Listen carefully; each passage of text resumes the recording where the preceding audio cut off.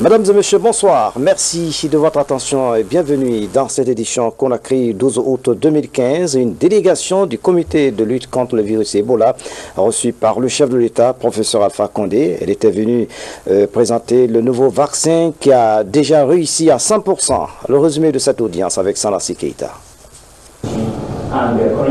C'est une forte délégation nigériane d'hommes d'affaires avec à sa tête l'ancien gouverneur milliardaire de l'État de Lagos, Asiwaju Bola Ahmed Tinubu. Dans cette délégation se trouve également l'actuel gouverneur de la capitale économique du Nigeria. Ces investisseurs nigérians qui évoluent dans tous les domaines de développement socio-économique ont échangé avec le président de la République sur les possibilités d'investissement en Guinée. Le chef de l'État, professeur Alpha Condé, les a rassurés de sa volonté surtout à développer avec eux les relations d'amitié et de coopération dans un esprit de transparence mutuellement avantageux. Le chef de la délégation est tout simplement ravi de ce message du professeur Alpha Condé. It's work in progress and we've identified. Nous avons commencé à travailler dessus, à identifier. C'est un travail qui va continuer. Le but du travail est d'arriver à des solutions qui diminuent la pauvreté dans nos pays, qui créent des opportunités d'emploi, qui créent des opportunités de richesse pour améliorer le bien-être de la population. The potential is unlimited. Le domaine des mines intéresse surtout ces hommes d'affaires nigérians, comme le clarifie bien le ministre d'État chargé des questions d'investissement et de partenariat public-privé. Ils sont intéressés à créer des opportunités de partenariat, parce que vous savez, le Nigeria produit beaucoup de gaz, ils ont créé une zone industrielle là-bas. Ils veulent que nous créions une zone industrielle ici, pour qu'on ait une valeur ajoutée sur nos produits primaires qu'ils ont transportés là-bas pour une seconde valeur ajoutée, parce que comme vous savez, nos bauxites, notre fer, l'état dans lequel on les exporte, ça ne rapporte pas beaucoup. Ils vont pouvoir aider à créer, à transformer la bauxite sur place ici, et exporter au Nigeria, transformer à partir de leur zone industrielle en aluminium. Tous les deux pays vont bénéficier de ce processus de création de valeur ajoutée, parce que sur le marché mondial, c'est beaucoup plus valuable de vendre l'alumine par rapport à la bauxite et de vendre l'aluminium par rapport à l'alumine. La présence de ces investisseurs nigérians à Conakry fait suite à la récente visite du chef de l'État à Lagos. Lagos, où professeur Alpha Condé avait discuté avec eux sur les opportunités d'investissement en Guinée et surtout un possible jumelage entre la ville de Conakry et Lagos. Sur un autre plan, le chef de l'État s'est entretenu avec des hommes d'affaires nigérians. Ils étaient venus témoigner de leur volonté à investir en Guinée. Sanlassi Keita, reportage. Après l'expérimentation du vaccin contre le virus Ebola, dont le résultat s'est avéré positif, les responsables en charge de la lutte contre cette épidémie, ainsi que les partenaires techniques, arrivent au palais Sékou Touré. Objectif, faire le compte-rendu du résultat de ces vaccins au professeur Alpha Condé et les mesures à prendre pour agir très rapidement sur le terrain, dans la riposte. Monsieur le Président de la République a manifesté un intérêt extrêmement appuyé aux prochaines étapes qui seront données après les résultats préliminaires qui ont été publiés. Il a clairement manifesté le souhait de voir accélérer au plus vite et au mieux les procédures pour l'homologation de ce vaccin, afin que le vaccin soit rendu disponible dans les meilleurs délais pour une utilisation qui sorte du cadre dans lequel elle est actuellement, c'est-à-dire du cadre de l'essai vaccinal. Vous n'êtes pas sans ignorer que les résultats qui ont été publiés sont des résultats temporaires, provisoires, et que l'essai continue avec quelques modifications puisqu'on tire bénéfice de ces résultats provisoires pour rendre le vaccin disponible pour la plupart, pour l'ensemble en fait des personnalités ou des personnes qui pourraient être à haut risque, c'est-à-dire qui seraient en contact avec de nouveaux cas d'Ebola. Après l'essai de ce vaccin sur quelques patients, les responsables en charge de la lutte contre Ebola gardent l'espoir de réussir leur pari de vaincre l'épidémie. Ça a été la plus rapide du fait de l'épidémie.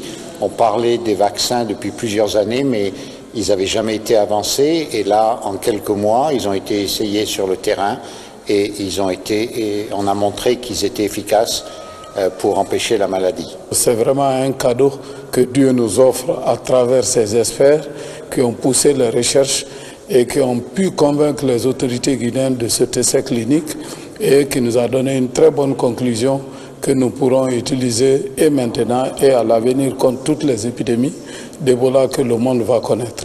Une dernière phase demandée aujourd'hui par le président de la République à ses responsables techniques en charge de la lutte contre la maladie à virus Ebola est celle qui consiste à accélérer la procédure pour l'homologation du vaccin. Dans l'actualité encore, le ministre chinois des Affaires étrangères vient de séjourner à Conakry, une visite qui s'inscrit dans le cadre du renforcement de relations de coopération entre Conakry et Beijing. Le diplomate chinois, peu avant de quitter notre pays, a été reçu par le chef de l'État, professeur Alpha Condé. Voici le compte-rendu de Ibrahima Keïta. Après le Libéria et la Sierra Leone, le ministre chinois des Affaires étrangères est à Conakry depuis hier. En compagnie d'une forte délégation, Wang Ying était porteur d'un message de soutien du gouvernement et du peuple chinois dans le cadre de la lutte contre Ebola en Guinée. En recevant le chef de la diplomatie chinoise, le chef de l'État a dit toute sa satisfaction du soutien que la Chine a apporté à la Guinée, à la Sierra Leone et au Libéria depuis l'apparition du virus Ebola. Le président en exercice de l'Union du fleuve Mano a en outre invité la Chine à mieux s'impliquer dans la gestion de l'après-Ebola. Professeur Alpha Condé et son hôte ont aussi évoqué plusieurs questions bilatérales. Le président de la République a insisté sur le renforcement des liens de coopération et d'amitié existants depuis des lustres entre la Guinée et la Chine. Au cours de cette audience, le ministre chinois des Affaires étrangères et le président guinéen ont aussi parlé des actions de développement. Face à la presse, François Lucini Fall et son homologue chinois ont mis l'accent sur la volonté des deux chefs d'État d'intensifier les liens de coopération pour un partenariat fécond. Le professeur Alpha Condé lui a exprimé toute sa gratitude pour toute l'assistance que la Chine a apportée à la Guinée, assistance financière, matérielle et médicale. Et également tout ce que la Chine fait déjà en Guinée. Comme vous savez, la Chine est déjà très engagée dans le domaine économique et nous pensons qu'il y a une complémentarité entre la Chine et la Guinée.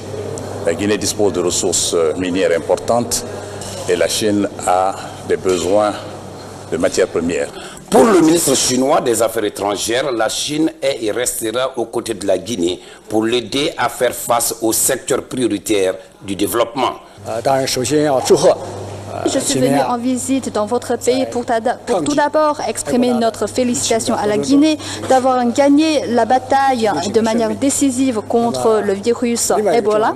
Et ensuite, je suis venu ici pour discuter avec nos amis guinéens pour voir comment on peut mieux aider les amis guinéens à accélérer la reconstruction du pays sur les plans économiques et social. Ce que nous voulons, c'est de transformer, grâce à notre coopération bilatérale, l'amitié traditionnelle sino-guinéenne en force de motrice pour un développement mutuellement avantageux et d'aider le peuple guinéen à transformer ses atouts en matière de ressources naturelles et humaines en capacité de développement économique. Nous allons aider la Guinée à mettre sur pied 3 systèmes de développement pour résoudre notamment 3 problèmes urgents. Premièrement, valoriser le rôle d'entraînement du secteur minier pour renforcer notre coopération en matière de capacité de production. Deuxièmement, nous allons développer davantage la coopération agricole et halieutique pour aider la Guinée à assurer la sécurité alimentaire et résoudre le problème d'alimentation. Et troisièmement, à travers une coopération sanitaire, nous entendons aider la Guinée à mettre sur pied un système de prévention et de contrôle dans le domaine de la santé publique. Je pense que c'est un besoin urgent pour la Guinée, non seulement pour le présent, mais également pour l'avenir. Cette première visite du ministre chinois des Affaires étrangères en Guinée est une preuve de la volonté des présidents chinois et guinéens de toujours renforcer les liens d'amitié et de coopération entre les deux pays. L'autre image de l'actualité nationale, les commissaires de l'institution nationale indépendante des droits humains suivent une session de formation à Conakry. Au centre de débat, le rôle et la responsabilité des commissaires et les mécanismes à mettre en œuvre pour promouvoir les droits de l'homme en Guinée. Mahamoud Bari signe ce reportage. D'une institution nationale indépendante des droits de l'homme en Guinée réjouit les acteurs et partenaires du secteur. En tant que partenaire technique de la Guinée, le Haut Commissariat des Nations Unies aux droits de l'homme veut outiller les commissaires de cette institution de mécanismes nationaux et internationaux de promotion et de protection des droits de l'homme, mais surtout expliquer le rôle et la responsabilité de cette institution indépendante. Au moment où la Guinée s'apprête à aller aux élections présidentielles, la formation des membres de l'Institution nationale des droits de l'homme est nécessaire. Elle dénote de la volonté des uns et des autres à respecter les principes démocratiques. L'objectif est à terme de faire en sorte que tous les commissaires connaissent leur mission en profondeur, leurs responsabilités, le travail qu'ils doivent faire, le travail de protection, le travail de promotion des droits humains sur toute l'étendue du territoire national et comment ils doivent se comporter en tant que commissaires aux droits humains. La conférence mondiale sur les droits de l'homme a réaffirmé le rôle important et constructif que jouent les institutions nationales pour la promotion et la protection des droits de l'homme. Ces commissaires sont venus de beaucoup de départements et il est mieux qu'on puisse échanger sur le domaine sur lequel nous travaillons ensemble pour qu'il y ait une meilleure compréhension de la matière. Cela devait leur permettre notamment de bien exercer leur mandat. Au cours de cette session, les notions et concepts liés aux droits de l'homme seront abordés, mais aussi l'obligation de l'État, les mécanismes nationaux de protection des droits de l'homme, le mandat et le défi de l'institution, ainsi que la protection des données et des droits de l'homme seront largement discutés. En déplacement, le commandant de la MINUSMA au Mali est à Conakry. Il a été reçu ce mercredi par le ministre délégué à la Défense nationale. Les entretiens ont porté sur le maintien de la paix et la situation des troupes déployées sur le terrain. Le reportage est signé de sergent Marcel Massandouno, correspondant de la presse militaire. Une délégation conduite par le général de division Michael Lankel, commandant de la mission multidimensionnelle intégrée des Nations Unies pour la stabilisation du Mali. Il vient rencontrer la hiérarchie militaire dans le cadre d'échanges avec les pays contributeurs de troupes pour la paix dans la sous-région ouest africaine. La Guinée est prête à déployer les hommes partout où besoin se fera sentir au nom de la paix, parce que aujourd'hui, ça doit être la détermination de tout le monde. L'émissaire de la MINUSMA a aussi rendu une visite de courtoisie au ministre délégué à la Défense nationale. Minister, thank you very much for receiving us here today. Monsieur le ministre, merci de nous recevoir ici aujourd'hui. Vous remercier pour votre contribution à la mission et aussi vous faire une mise à jour de la mission et aussi parler un peu des issues qu'il y a, par exemple les issues avec les troupes, avec les contingents et oui. And therefore, I thank you very much for taking the time to receive us today. Une occasion pour Maître Abdoul Kabele Kamara de remercier l'ensemble des partenaires pour le retour de l'armée guinéenne dans les missions de maintien de la paix. Le président se félicite aujourd'hui d'avoir regagné la place de la Guinée sur l'échiquier international dans le cadre des opérations de maintien de la paix. C'était un objectif qu'on s'était assigné dans le cadre de la réforme du secteur de sécurité en Guinée. Aujourd'hui, ces choses faites, nous devenons un pays contributeur. Et nous l'avons réussi grâce à l'appui de nos partenaires américains et français. Cette visite du commandement de la MINUSMA va se poursuivre dans les autres états-majors.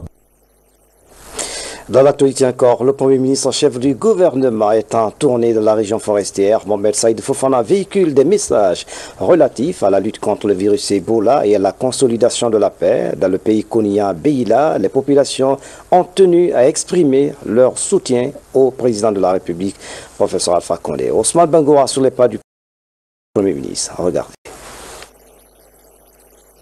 La commune rurale de Nianson-Moridou, dans la préfecture de Beila.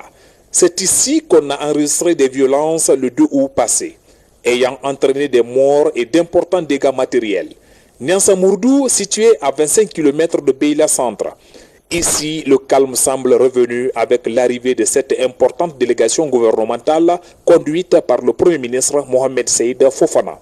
Alors, il était donc important que nous passions ici pour nous entretenir avec les populations, hommes, femmes, jeunes, pour leur parler de l'homme, sa place dans la société, les exhorter au calme, mais réaffirmer la volonté du gouvernement à ne plus laisser impunis ces actes crapuleux qui conduisent au meurtre, aux assassinats et au vandalisme des biens des personnes. Donc j'étais venu pour réaffirmer ici ce message fort du chef de l'État, mais qui souhaite en plus que les gens travaillent chacun pour que les populations de la région forestière définitivement rompent avec la haine interraciale, pour que les gens se regardent comme des frères et travaillent. Donc c'est ce message que j'ai passé à la jeunesse et aux femmes, auxquelles, n'est-ce pas, j'ai demandé de travailler ensemble pour que plus jamais Nianson-Moridou ne connaisse ce genre de choses. Juste après, le messager du chef de l'État s'est rendu à Moussadou, le berceau de Konia.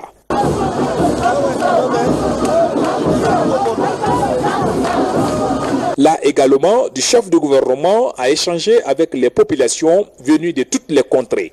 L'entretien était axé essentiellement sur le renforcement de l'unité nationale. Lors des élections présidentielles passées, chacun a présenté son candidat. Chacun a dit à Dieu, voilà mon fils bien-aimé, il faut l'aider, c'est lui qui est capable, c'est lui qui peut faire le bien pour la Guinée. Chacun a fait ça. Alors de tous ces 25 que nous avons présentés à Dieu, Dieu a pris le fils que vous avez présenté qui s'appelle Alpha Condé. De l'aider maintenant à renforcer l'unité nationale, de créer les conditions de l'émergence de la paix durable entre les peuples. Il souhaite que chacun se départisse du complexe d'appartenance à une ethnie, afin que désormais nous parlons de Guinéens. Cette tournée du Premier ministre, chef du gouvernement dans la région forestière, devrait permettre aux populations de la Guinée profonde de consolider davantage la paix entre les fils de la Guinée. Les habitants de la préfecture de Kouroussa saluent les efforts entrepris pour désenclaver les zones de production. Le bac de Yarabela est désormais fonctionnel grâce au gouvernement. Les travaux de rénovation ont duré 45 jours. La traversée du fleuve Joliba devient très facile. Les usagers expriment leur joie dans ce reportage de Tiernan Ousmane Diallo. Enfin rénové, le bac qui relie la ville de Kouroussa à la localité de Yarabela reprend ses activités de transport après près d'un an d'inertie. Une renaissance applaudie par les populations qui commençaient à s'inquiéter sur le moyen de traverser le fleuve Joliba en cette saison de grande pluie.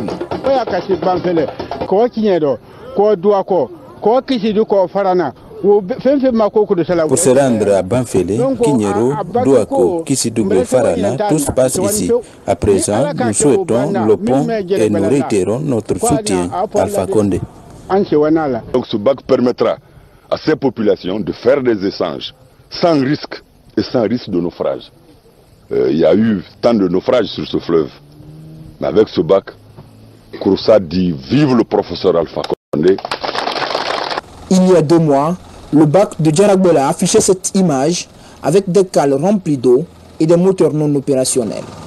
Pour réussir sa remise en état, il aura fallu à Metal Plus mobiliser une trentaine d'ouvriers et rééquiper le bac avec du nouveau matériel.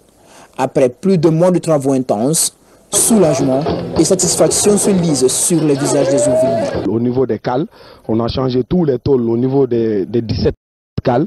Et aujourd'hui, il n'y a aucun des cales qui coule.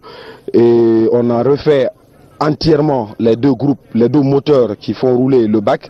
Et en général, on a repris le bac complètement. On a repris toutes les machines qui fonctionnent sur le bac. À Kouroussa, ce bac est d'une importance capitale. Il relie la ville aux nombreux villages qui constituent le grenier agricole du Hamana. Sa rénovation est financée par le ministère des Travaux publics à travers le fonds d'entretien routier. On est satisfait de long en large par la qualité, la nature des travaux effectués sur l'ouvrage de franchissement qui est ce bac. Ce bac est de 80 tonnes. Il est surtout utilisé en saison hivernale. Durant la saison sèche, un autre plus petit est emprunté par les riverains qui plaident aussi pour sa rénovation. À Conakry, l'ONG Cherche for Common Ground, en partenariat avec l'UNICEF, vient de lancer un nouveau projet de soutien aux personnes victimes d'Ebola. L'initiative vise à lutter efficacement contre la stigmatisation et à faciliter la réinsertion des enfants touchés par le virus Ebola. Ça, Amaraton nous fait le point. Tous solidaires des enfants et personnes affectées par Ebola, c'est le nom de ce nouveau projet. Il vise à protéger et à réintégrer toutes les personnes victimes d'Ebola par la lutte contre la stigmatisation et l'exclusion sociale. L'initiative est de Search for Common Ground avec l'appui de l'UNICEF. Le projet consiste à mobiliser aujourd'hui toute la population guinéenne, toutes les autorités, toutes les personnes de bonne volonté à venir en aide aux personnes qui ont été affectées par Ebola. Pour une durée de 6 mois, plusieurs activités sont inscrites au programme de ces projets. 3 télétons à travers les radios et télévisions du pays sont également prévus. Les dons recueillis seront destinés aux familles victimes d'Ebola. C'est un téléthon qui se veut aider ceux qui sont affectés par la maladie, surtout les enfants victimes seront là dans la salle pour témoigner. Comme ça, les gens ils vont comprendre que c'est la réalité. C'est pas si vous donnez, vous pouvez même préciser à la radio ou au téléphone. Moi, j'accepte de donner de l'argent à ce petit qui est à côté de toi, Aya. Cette campagne touchera la ville de Conakry et 25 autres préfectures de l'intérieur du pays affectées par l'épidémie. Une stratégie qui consiste à renforcer et à promouvoir l'assistance sociale à l'endroit des victimes d'Ebola. À cause de la stigmatisation, les personnes guéries d'Ebola, les orphelins et les veuves vivent dans des situations psychologiques et morales très difficiles. Si nous voyons des partenaires comme Ground qui viennent soutenir ces personnes, nous ne faisons que nous réjouir. Si on voit des ONG qui vont dans le même sens que le gouvernement, ça ne fait que nous réconforter et nous rassurer, car le gouvernement ne peut pas tout faire tout seul. Il faut l'accompagnement de la communauté internationale qui n'a pas fait défaut, de la presse, mais aussi des organisations non gouvernementales. Selon les statistiques du département de l'action sociale, l'épidémie Ebola a fait déjà plus de 6 000 enfants orphelins directs en Guinée depuis son déclenchement. Ce nouveau projet va donner un espoir à toutes les personnes victimes de cette maladie. Dans le même registre, la commune urbaine de Kouyana, dans la préfecture de Massanta, bénéficie d'une ambulance. C'est un geste de la coordination nationale de lutte contre Ebola afin de renforcer le dispositif de prise en charge des patients de la localité. Mamadi Terna Kamisoko a suivi la remise. Geste simple mais de portée majeure, cette remise de clés permet à la commune rurale de Koyama dans Massenta de se doter de sa toute première ambulance. C'est une initiative de la coordination nationale de lutte contre Ebola. Cette ambulance va faciliter le transport rapide des patients vers les établissements de soins de la localité. Nous sommes en train de pourvoir toutes les grandes sous-préfectures qui ont entre 30 000 habitants. Des ambulances pour le centre de santé amélioré. C'est dans ce cadre-là que Koyama a bénéficié de cette ambulance. Et compte tenu de l'effort que cette communauté aussi a fait dans le cadre du contrôle de cette maladie, nous pensons que Koyama mérite d'avoir une ambulance pour nous aider, pour renforcer le système de surveillance. Ce don s'inscrit dans un programme de renforcement des structures sanitaires de la Guinée profonde initié par les autorités sanitaires. Comme Koyama, 15 autres sous-préfectures ont bénéficié d'ambulances. Les ressortissants de Koyama à Conakry qui promettent de faire bon usage de l'engin s'en félicitent. Ce geste nous va droit au cœur parce que c'est un geste qui est orienté à la sous-préfecture tout entière. C'est un ouf de soulagement pour l'ensemble de la population, l'ensemble des populations de la sous-préfecture de Koyama et très spécialement l'ensemble des femmes de la sous-préfecture de Koyama. Parce que ce engin va permettre désormais donc que les services de santé de la sous-préfecture soient beaucoup plus proches de la population à la base. La localité de Massenta, éprouvée par l'épidémie d'Ebola il y a quelques mois, espère définitivement tourner la page de ce triste souvenir. L'instance de coordination nationale de lutte contre le VIH-Sida, la tuberculose et le paludisme vient de renouveler son bureau exécutif. La structure doit servir d'interface entre l'État guinéen et le Fonds mondial dans la mise en œuvre des principes du Fonds mondial. Alcine Pascal-Dine, reportage. C'est en 2008 que l'ICN, l'instance de coordination nationale, a été installée en Guinée. Sa mission consiste à la mobilisation et l'utilisation des ressources allouées par le Fonds mondial dans le cadre de la lutte contre le VIH-Sida, la tuberculose et le paludisme. Selon le règlement intérieur de cette structure, le renouvellement du bureau exécutif se fait après 2 mandats. Nous nous battons pour les plus démunis, pour le malade du SIDA qui est là-bas, le plus loin possible de la capitale, qui s'attend à avoir sa médication. Pour celui qui est paludien, or 95% des Guinéens sont paludéens, qui s'attend à avoir sa dose de médicaments contre le palud ou la tuberculose. Donc c'est un travail exaltant. Si c'était à refaire, je l'aurais refait. Mais les mandats sont clairs. En prenant fonction, le tout nouveau président mesure l'ampleur de la tâche qui l'incombe. C'est pourquoi il sollicite le concours de ses collaborateurs pour mener à bien sa mission de renforcement du système de santé, de contrôle et de suivi stratégique. Notre rôle est de tout faire pour que les programmes qui s'occupent et les projets qui s'occupent de la mise en œuvre de ces subventions-là puissent atteindre leurs résultats, surtout dans un contexte marqué par le passage d'Ebola. Avec cette phase de restructuration de l'ICN, de nouvelles perspectives s'ouvrent pour les populations guinéennes. Sans transition, direction préfecture de l'Elouma, où la localité de Sagalé vient de bénéficier d'une école qui a une capacité de 400 élèves. Cet édifice devrait améliorer la scolarisation des enfants en milieu rural. C'est un reportage de Falilou Diallo. Massagalé, une localité réputée dans la formation coranique. La présence de cette école dans ce village renforce l'implantation de la culture dans la cité sainte. L'école, c'est très bien, c'est un grand progrès. Et nous exhortons encore à donner beaucoup d'enfants. Étant donné qu'il y a des enfants au village, nous les ferons inscrire. On étudie ici bien, on fait les cours jusqu'à 16 heures. Construite en 2009, l'école primaire de Sagalé a aujourd'hui un effectif estimé à près de 400 élèves, dont 181 filles encadrées par 6 enseignants. Depuis sa création, nous travaillons toujours en étroite collaboration avec les autorités administratives et éducatives, ainsi que les parents d'élèves. C'est pourquoi nous les remercions et nous leur demandons de soutenir davantage l'établissement. Les autorités locales comptent renforcer les capacités d'encadrement de cette école à travers une assistance technique. C'est avec des sentiments de fierté que nous sommes là et nous prions Dieu le Tout-Puissant, Allah, qu'il continue à préserver cette infrastructure, à préserver les enfants et tous les enseignants pour que cette belle infrastructure continue de jouer le rôle qui lui est assigné. Pour les examens de cette année, les candidats de cette école primaire ont été tous admis pour l'entrée en 7e. La Guinée célèbre aujourd'hui la journée internationale de la jeunesse à Conakry. L'événement a été fêté à la Blue Zone de Kaloum, une cérémonie organisée par le ministère de la Jeunesse en collaboration avec le PNUD. Bernard Tonguino. À la Blue Zone de Kaloum, la journée internationale de la jeunesse est célébrée sous le signe de l'engagement civique de la jeunesse.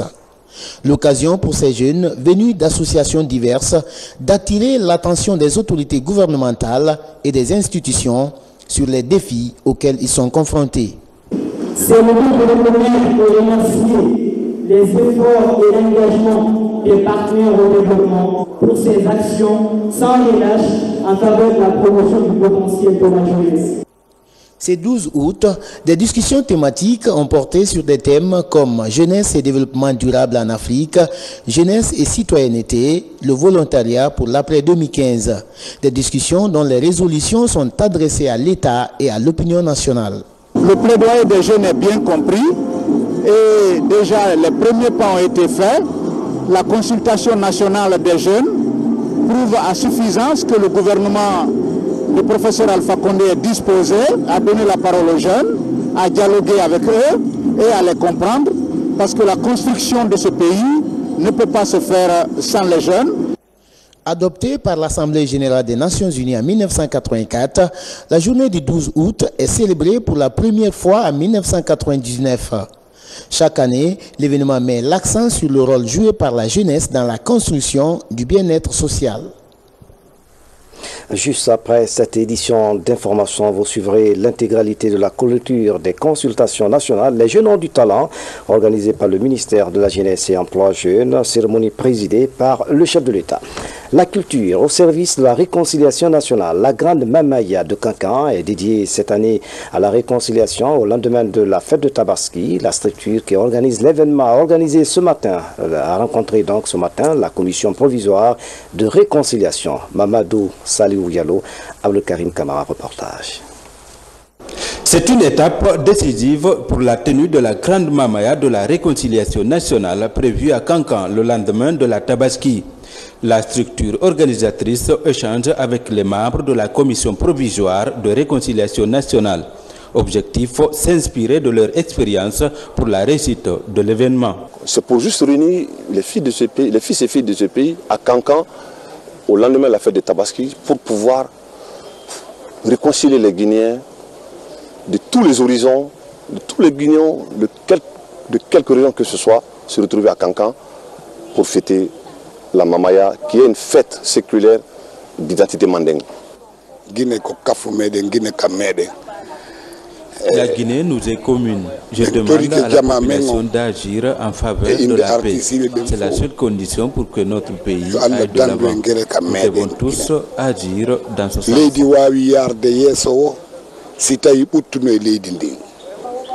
Où on ira sensibiliser tous les chefs-lieux, à commencer par Boké jusqu'à Zérékoré, pour les expliquer de la pertinence du thème qui est la réconciliation nationale. Parce que sans l'entente, dans la cohésion, rien ne peut marcher. Cette commission d'organisation de la Mamaya de réconciliation nationale entame dans les prochains jours une tournée dans les différentes villes du pays. Elle compte animer des séances de sensibilisation sur l'importance de l'unité nationale. Et puis, acte de vandalisme sur la route d'Anko 5. Vous le voyez donc à l'image. Des lampadaires installés pour l'éclairage public ont été endommagés par des personnes de mauvaise foi. Un acte fustigé par des citoyens de la capitale. Dommage, nous y reviendrons. Du courant électrique pour la préfecture de Fria, la centrale relais de Kaleta dans la commune urbaine a été lancée hier par les techniciens chinois et DDG. C'est un ouf de soulagement pour les habitants de Fria qui étaient en manque du courant domestique depuis l'arrêt de l'usine. Les populations remercient le chef de l'État pour ces grands travaux réalisés dans le pays. Nous y reviendrons.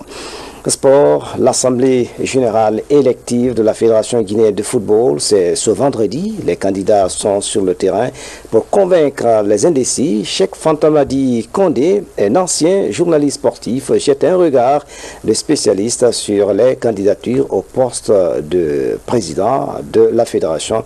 On écoute donc Cheikh Fantamadi Condé au micro de Omar Yenga. Nombre important d'anciens sportifs émérites. Cette tendance qui se dessine à travers le monde rejoint d'ailleurs, et vous êtes extrêmement placé pour vous en souvenir, une tradition fortement implantée dans notre pays. Que les premiers à avoir dirigé le football dans notre pays étaient des sportifs qui s'étaient illustrés sur nos différents stades, aussi bien de la Guinée que de la OEF pendant la période coloniale. C'est ainsi qu'on a vu se succéder à la tête de la Fédération guinéenne de football de 1958 à 1986. Des hommes comme Yoro Diarra, Sékou Chouma, qui furent l'un capitaine et joueur vedette de la Société sportive de Guinée et l'autre capitaine et futur entraîneur du Racing Club de Conakry. À ces deux hommes a succédé Mpabala Kabala en 1962, qui est resté à la tête de la Fédération guinéenne de football jusqu'en 1986. Et son passage a été marqué de prouesses accomplies par nos équipes sur tous les fronts.